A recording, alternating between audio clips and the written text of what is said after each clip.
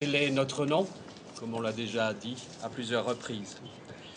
Aider des jeunes qui s'engagent dans leur communauté, telle est notre vocation. Il était donc naturel qu'un jour, les chemins de la STM croisent ceux des scouts de Casamance.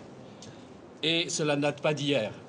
Un ami de 30 ans, ici présent, Anani Bizimana, m'a dit début 2004, quand tu seras au Sénégal, va voir les scouts de Casamance, rencontre-les et tu comprendras. Je suis venu, je les ai rencontrés et j'ai vite compris leur enthousiasme, leur dynamisme, leur engagement au service de la communauté était flagrant.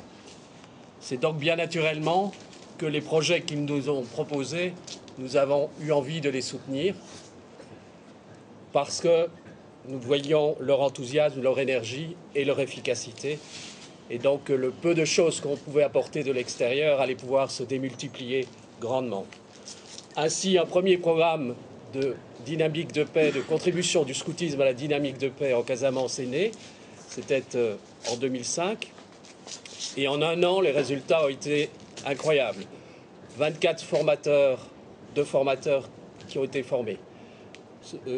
Plus de 400 animateurs qui ont été également formés. Plus de 50 actions dans différentes zones de la Casamance.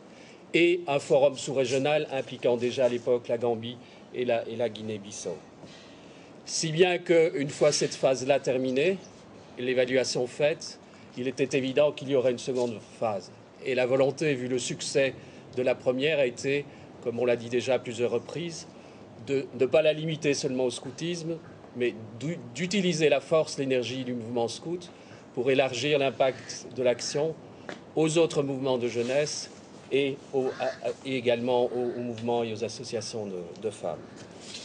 Je suis venu en janvier pour le lancement de cette deuxième phase.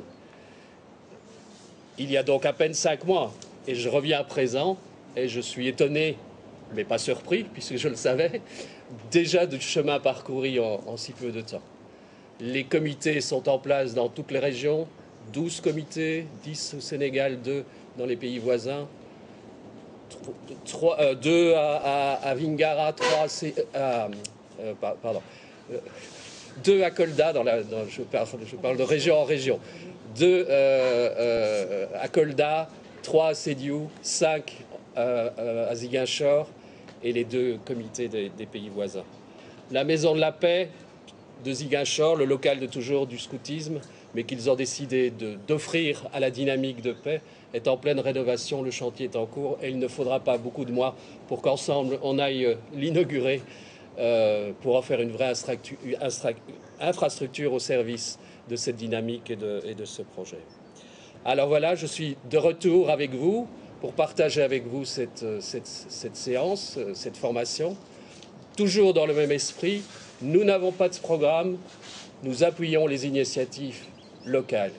Ce n'est pas nous qui allons faire la paix en Casamance, nous n'avons jamais eu l'idée ni la prétention, mais nous avons croisé des gens auxquels nous avons cru et dont nous pensons qu'ils peuvent contribuer de manière significative à apporter cette paix durable. Donc nous les soutenons.